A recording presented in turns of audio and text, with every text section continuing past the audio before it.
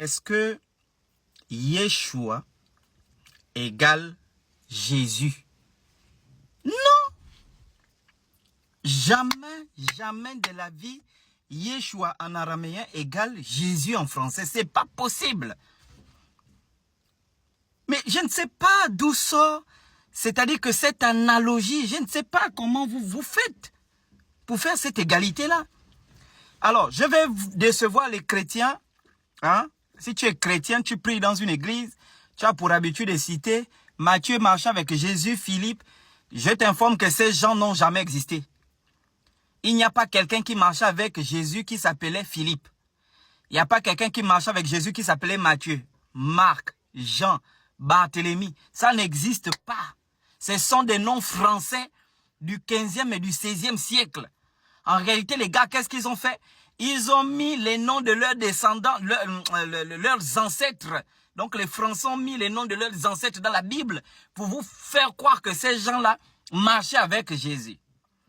Maintenant, pour revenir sur la question de Jésus lui-même, Jésus, le nom Jésus, il n'y a pas quelqu'un à Jérusalem qui s'appelait Jésus, qui a fait des miracles, qui a guéri les gens, qui a été crucifié à la croix pour les péchés du monde. Ça n'existe pas.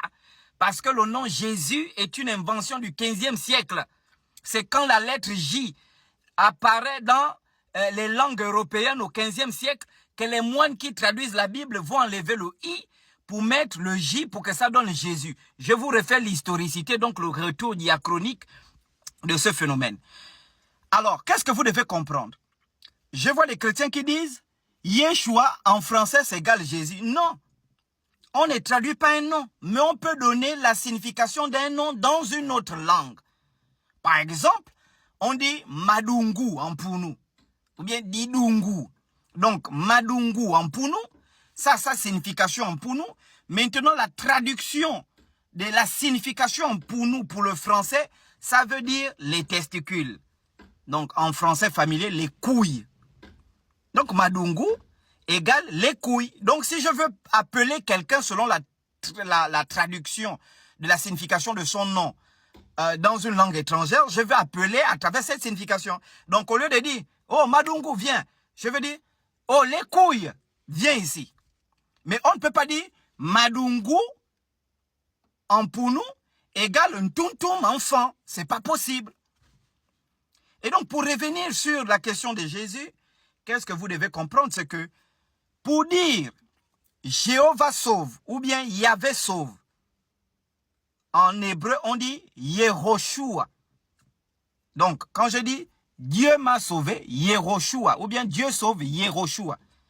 Et à l'époque où l'ange apparaît à la mère de Yeshua, on ne parle même plus l'hébreu, on parle l'araméen. Et la forme simplifiée du nom Yehoshua, qui est un nom porté par beaucoup de juifs dans l'Antiquité, sa forme simplifiée, c'est Yeshua.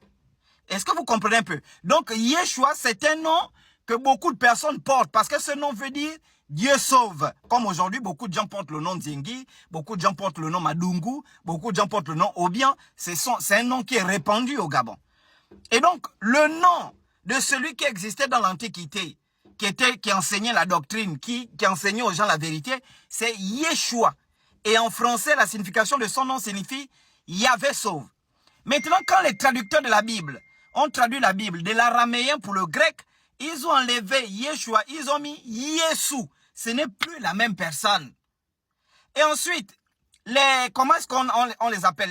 Les Romains, quand ils ont traduit la Bible du grec pour le latin, ils ont enlevé, ils n'ont pas dit Yesu, ils ont mis Jésus. Donc, vous voyez, on quitte de Yeshua à Jésus. Donc, I-E-S-U-S, Jésus. Et quand la lettre J apparaît dans l'alphabet des langues européennes au 15e siècle, les moines traducteurs de la Bible vont enlever le I expressément pour mettre J, pour que ça donne Jésus. Mais Jésus n'a jamais existé. Jésus n'équivaut pas à Yeshua. C'est pas possible. Et donc, ça a été fait intentionnellement parce que Jésus, c'est quelqu'un d'autre. Ça n'a rien à y voir avec Yeshua. Oh, quittez la bordel de merde avec vos démons que vous adorez dans les églises. Jésus, c'est un démon. C'est pas Yeshua. Jésus, c'est un démon.